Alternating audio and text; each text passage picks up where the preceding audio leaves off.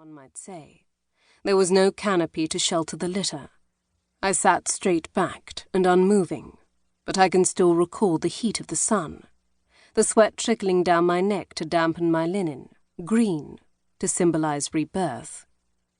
I remember how the litter tilted sharply and swayed as the procession climbed a steep red trail that snaked up the face of the cliff. I remember the beaded sweat sparkling on the bearers' backs, like cut stones set in gold. From my place at Akhenaten's feet, I watched as the priests of the Arten bore Ty's huge ornate coffin up to her rock-cut tomb. They walked ahead of us, 8 men on each side of my grandmother's sarcophagus, which was shaped like a young woman in repose, ornamented with inset jewels and bands of lapis lazuli. The carved face of the coffin was smooth, where Ty's had been deeply lined. It was bright with gold, though Ty's true face had been as dark as aged ebony. It smiled gently, serenely, but I could have counted on the fingers of one hand all the times I had seen my grandmother smile. The funeral seemed one great falsehood to me, especially the wails of Akhenaten's people, whose clamour was only intended to gratify the king, not to fortify Ty's car and bar as she trekked down into the thwart. But the screams and sobs of the people seemed to have the desired effect on Akhenaten. Now and again I glanced up at him and saw him nod, his eyes shining with a light I knew well, a hard, certain spark that said he felt himself cloaked in maat, and therefore incapable of doing wrong. It was an expression he wore often in those strange and dangerous latter years, and the longer he wore it, the more fixed it seemed to become. But when we were deep inside Ty's final resting place, I saw the king's belief in his own infallibility crumble.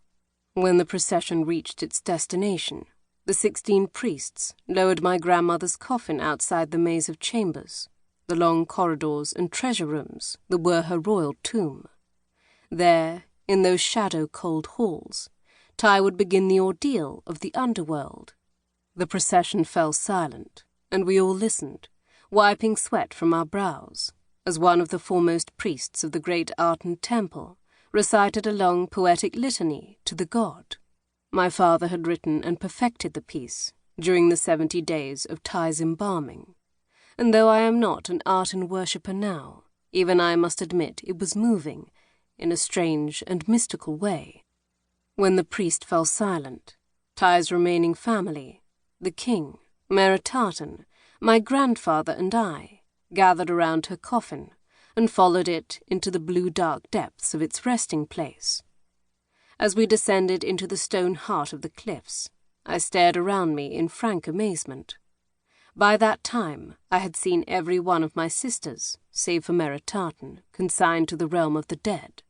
I had witnessed Akhenaten's burial too, but no matter how many funerals I attended, the spells and incantations that covered all of a tomb's surfaces, walls, ceiling, and floor, never ceased to astonish me. My skin prickled as we followed Ty to her sleeping chamber. It seemed I could feel the sacred writing and the ethereal bright painted images that accompanied those words coming to life all around me.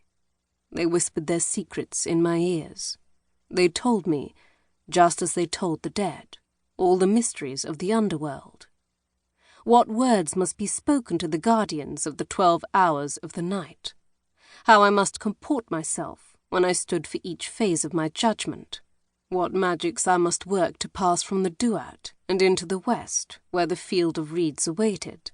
There, amid water and rich black soil, amid flocks of fat, lively birds and herds of gazelle, the happy dead live on forever.